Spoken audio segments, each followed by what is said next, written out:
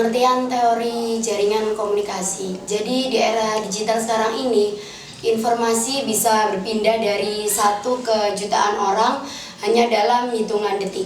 Kita bisa melihat contohnya pada fenomena aksi demonstrasi yang terjadi tanggal 25 hingga 29 Agustus 2025.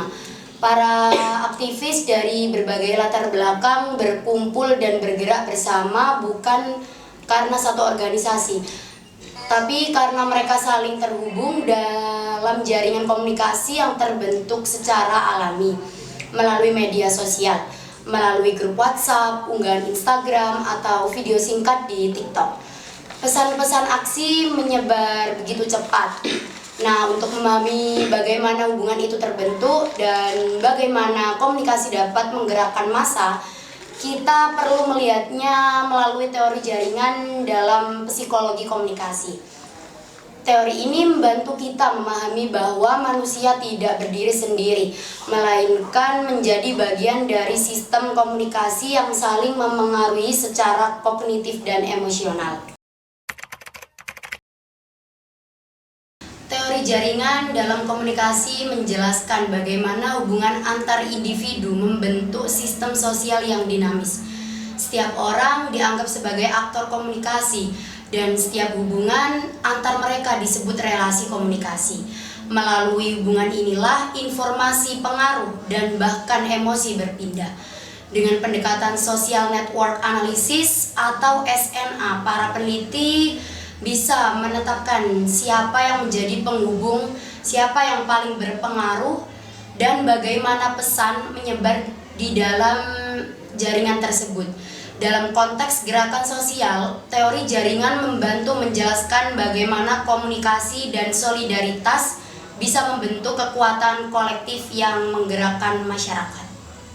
Jadi sekarang kita membahas tentang dari sisi psikologisnya.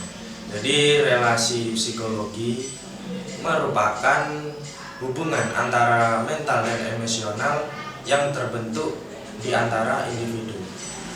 Kemudian menurut Myers, manusia itu memiliki kebutuhan dasar, yaitu ingin diterima, diakui, dan menjadi bagian kelompok tersebut. Dalam jaringan antar aktivis, relasi psikologi ini terbentuk dari nilai perjuangan yang sama, tujuan yang sama, dan emosional yang sama. Ketika mereka saling memahami, saling mengerti, maka komunikasi yang terjadi adalah komunikasi yang terbuka dan efektif.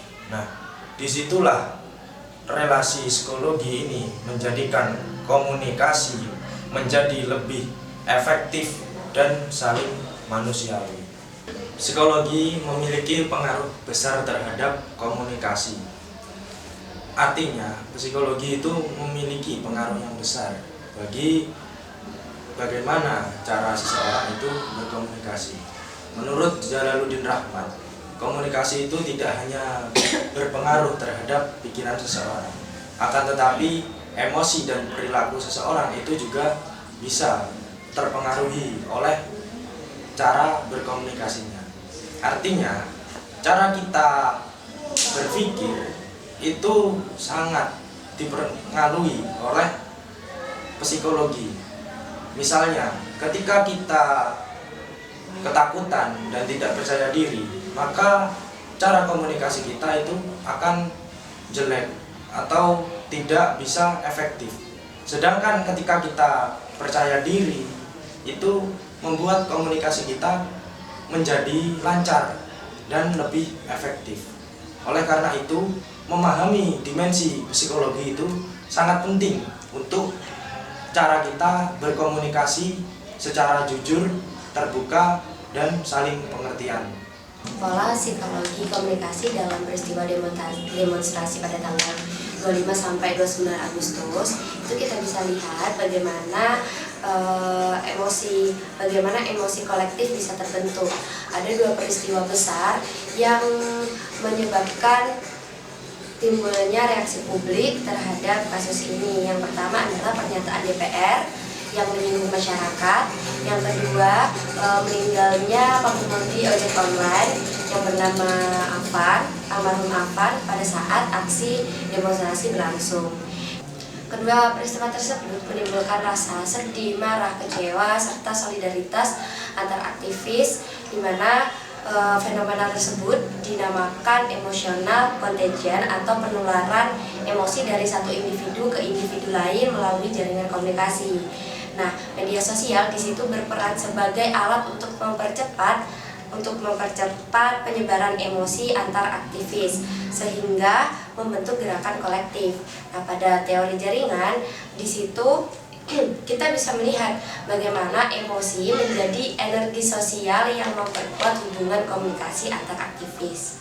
Pola psikologi yang terbentuk dari rasa empati, rasa saling memiliki, dan keterbukaan membuat komunikasi di antara para aktivis, komunikasi interpersonalnya menjadi lebih hangat dan intens. Mereka bukan hanya bertukar informasi, melainkan bertukar perasaan, bertukar pengalaman dan makna di balik perjuangan.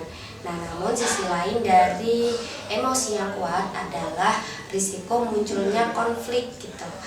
Nah, karena perbedaan pendapat yang menimbulkan ketegangan psikologis, maka keterampilan mengelola emosi dan memahami perspektif orang lain sangat penting gitu, agar komunikasi interpersonal tetap berjalan lancar, produktif, sehat, dan saling menghargai.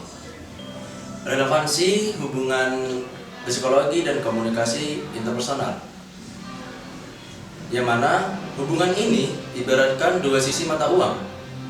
Psikologi membantu untuk memahami perasaan dan pikiran orang lain, sedangkan komunikasi membantu untuk mengekspresikan dan menyampaikan perasaan itu.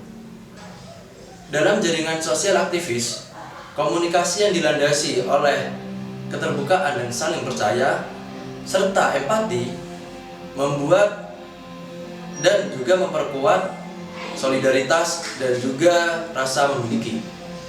Menurut Deddy Mulyana, komunikasi yang efektif selalu ditandai oleh keterbukaan dan juga saling kepercayaan. Jadi, semakin kuat hubungan psikologis antar individu, maka semakin kokoh pula komunikasi yang dibangun di dalam jaringan sosial tersebut.